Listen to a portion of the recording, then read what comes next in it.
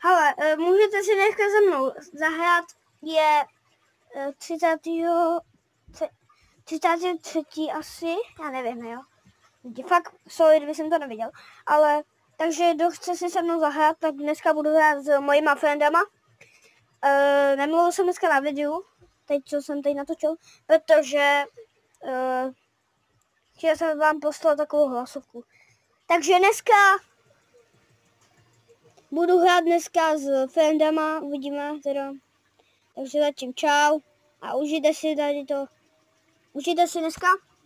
Kdo nehraje Fonko, dejte si mě aspoň do friend Robloxu, jestli máte. Jestli chcete něco říct, tak napište do komentáře, co byste chtěli za další video. Jako já už nemám mysli.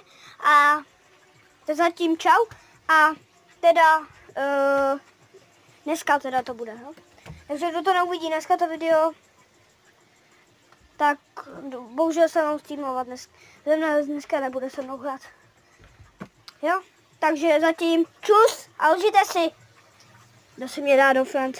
A napište do komentáře teda, co by se měl natočit, nebo třeba něco, komentujte něco.